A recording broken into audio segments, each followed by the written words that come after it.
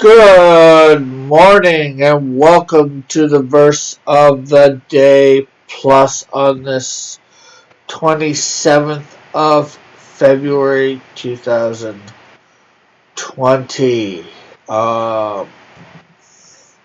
Here, let me just share this out there.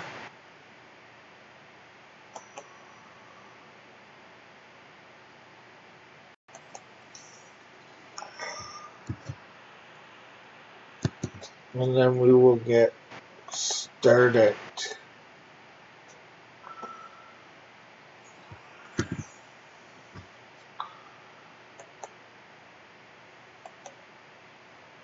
Share Facebook.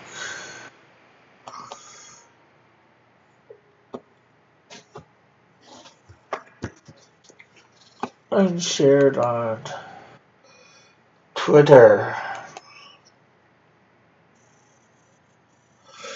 So the verse of the day today comes from 1 John chapter 3 verse 18. Dear children, let us not love with words or speech, but with action and in truth. In other words, just don't do stuff, just don't say I love you, show it with your actions. Because your actions speak a lot louder than your words to people. Show them love. Don't just tell them love.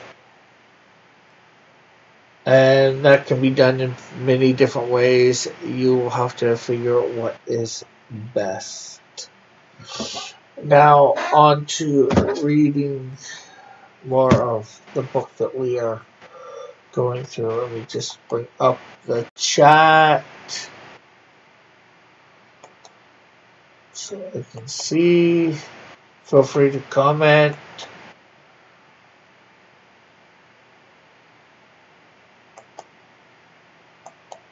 As I read or comment about stuff, whatever. The Three Kings.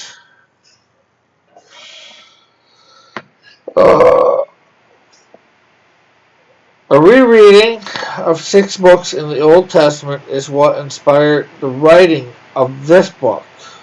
Over the last 40 years, I've read and studied the books of Samuel, Kings, Chronicles on many occasions, but I recently methodically prayed and read through them like never before.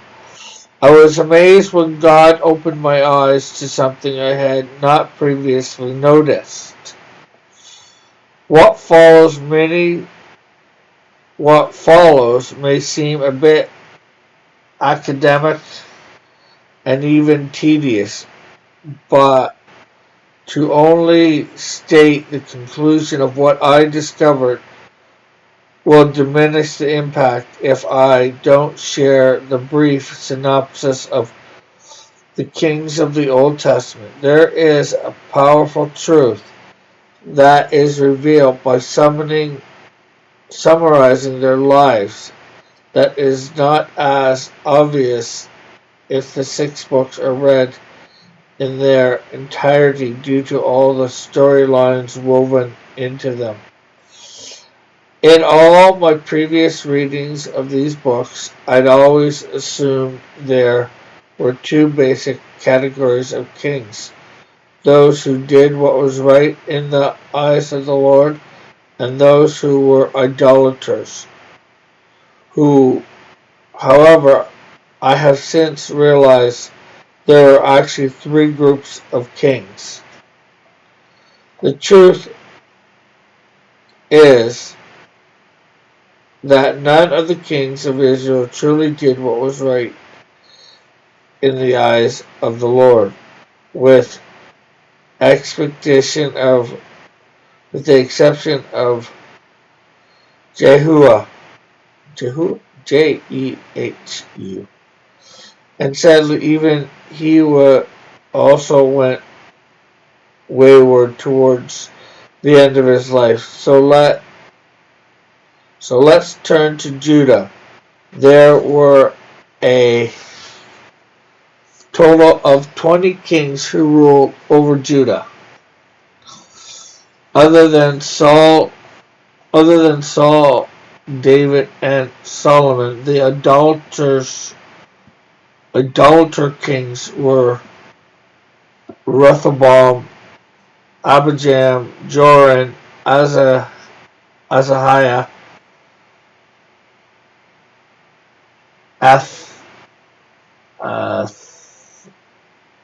Athaliah, who was a queen, Asa, Manasseh, Amon, Jehoahaz, Jehoiakim, Jehoiachin, and Zedekiah. Under these kings' leaderships, Judah suffered unique difficulties and attacks from their adversaries, which often could not be overcome, and did a great deal of damage to the nation. Then they were the kings who did what was right. David and Solomon did what was right, although Solomon faltered in his later years. After the kingdom split, there was Asa, Jehoshaphat, Joshua, Amachias, Uriah, Johan, Hezekiah, and Josiah. However, the list of 8 kings can be broken down into 2 further categories. First, there are those who did what was right in the sight of the Lord in their personal lives, but they didn't address the tear down, didn't address and tear down the high places of idol worship among the people they led. Conversely, in the second group were those who did not do Conversely, in the second group were those who not only did what was right in the sight of the Lord in their personal lives, but also tore down and destroyed the high places of idol worship among those they led. The success of the nation under these kings was considerably different than those who did not confront the high places. Let's look at each one of them. David. There was no idolatry in the nations during his reign. He passionately encouraged the people to serve the Lord with all their heart, mind, soul, and body. He didn't lose wars, and his kingdom became very wealthy. He positioned his son well to begin his reign. Solomon. For a good portion of Solomon's reign, he followed the footsteps of his father, David. The results of his obedience, not only in life but among those he led, were nothing short of remarkable. We read during the lifetime of Solomon, all of Judah and Israel lived in peace and safety. And from Dan in the north to Beersheba in the south, each family had its own home and garden. 1 Kings chapter 4 verse 25. Ponder this. No one needed government assistance because prosperity abounded in the nation. His leadership was so great that the kings of every nation sent their ambassadors to listen to the wisdom of Solomon. 1 Kings chapter 4 verse 34. In fact, we read people from every nation came to consult him and hear the wisdom God had given him. 1 Kings chapter 10 verse 24. We also read he succeeded in everything and all Israel obeyed him. 1 Chronicles chapter 29, verse 23. The nation was extremely successful. The king made silver and gold as plentiful in Jerusalem as stone. The valuable cedar timber was as common as the sycamore fig trees that grow in the foothills of Judah. 2 Chronicles chapter 1, verse 15. However, as time passed, Solomon disobeyed God and married many foreign women. They turned his heart towards other gods, known, practiced sin, and consequently the Lord raised up adversaries who hindered Solomon's progress and started trouble for the kingdom. See 1 Kings chapter 11, verse 14 and 23.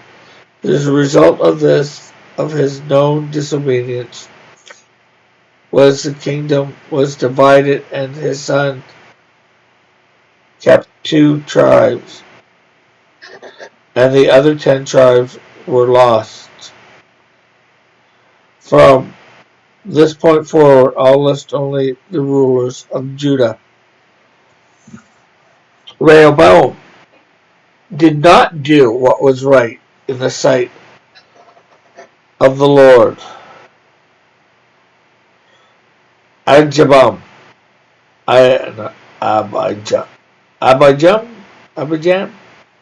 did not do what was right in the sight of the Lord.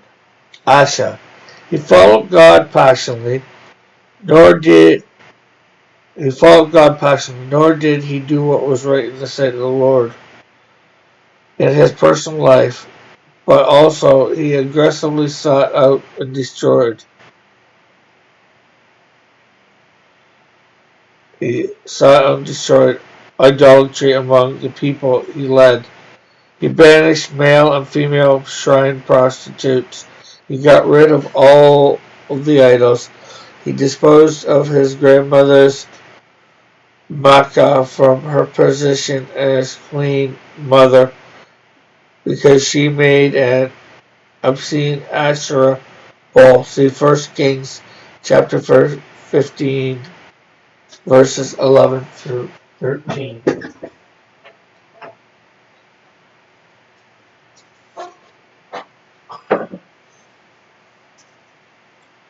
He also removed the foreign altars and pagan shrines, smashed the sacred pillars, cut down the Asherah poles, and removed the pagan shrines, incense altars from all of Judah's towns. In essence, Asa called for the people of Judah to repent of their practice sin. He commanded them to seek the Lord and obey his laws and commands. See 2 Chronicles chapter 14, verses 2 through 4. There were benefits from him telling the people to walk away from practicing, so Asa's kingdom enjoyed a special period of peace. 2 Chronicles chapter 14, verse 5.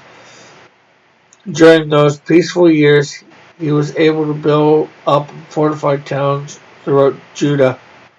No one tried to make war against him during that period. Later, a 1,000,000-man army attacked Asa and Judah, but we read they were destroyed by the Lord and his army, and the army of Judah carried off vast amounts of plunder.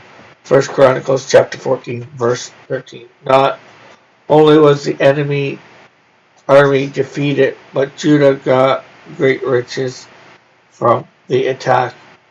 We clearly see the blessing of a leader who not only personally obeyed God and departed from the practice sin, but called for the people to be led to do the same. Is this chapter just all? Yep, it's all.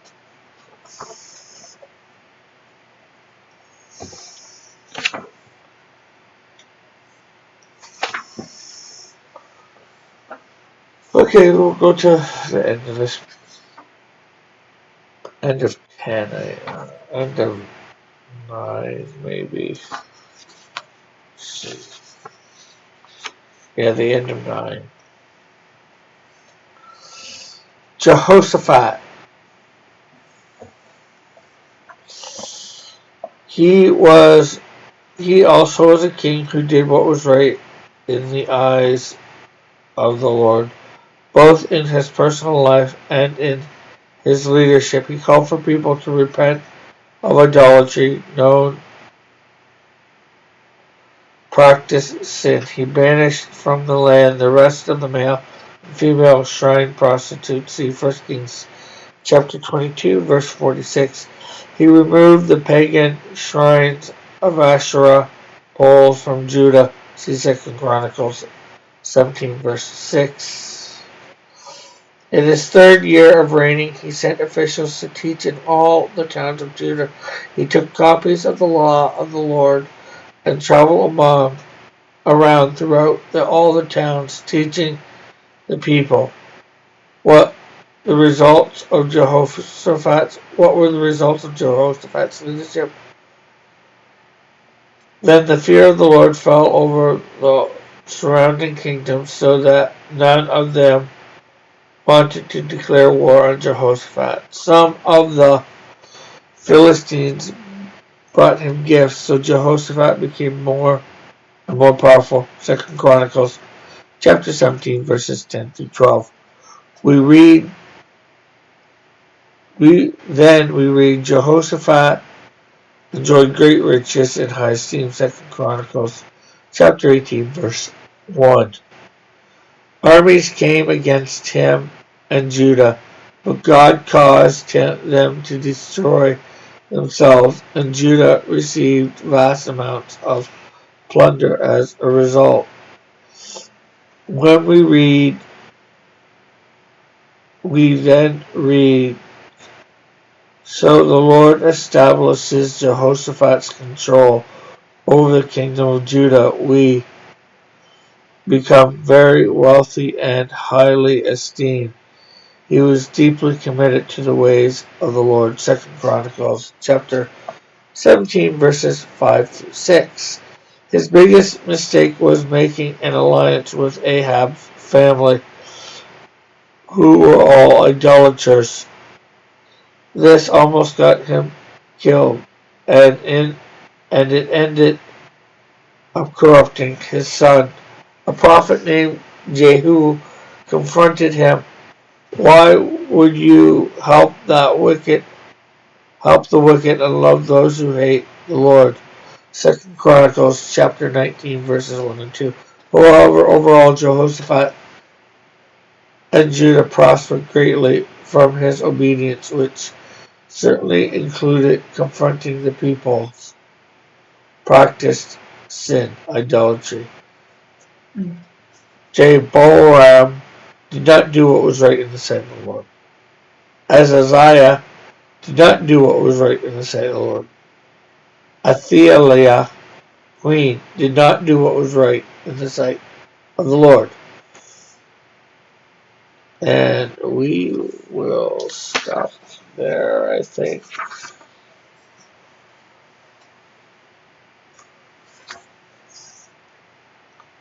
Yeah. We're going to stop there. Thank you, everybody, for listening. We will finish this up tomorrow about what the different kings of Israel did or did not do. Or, well, more of the good ones.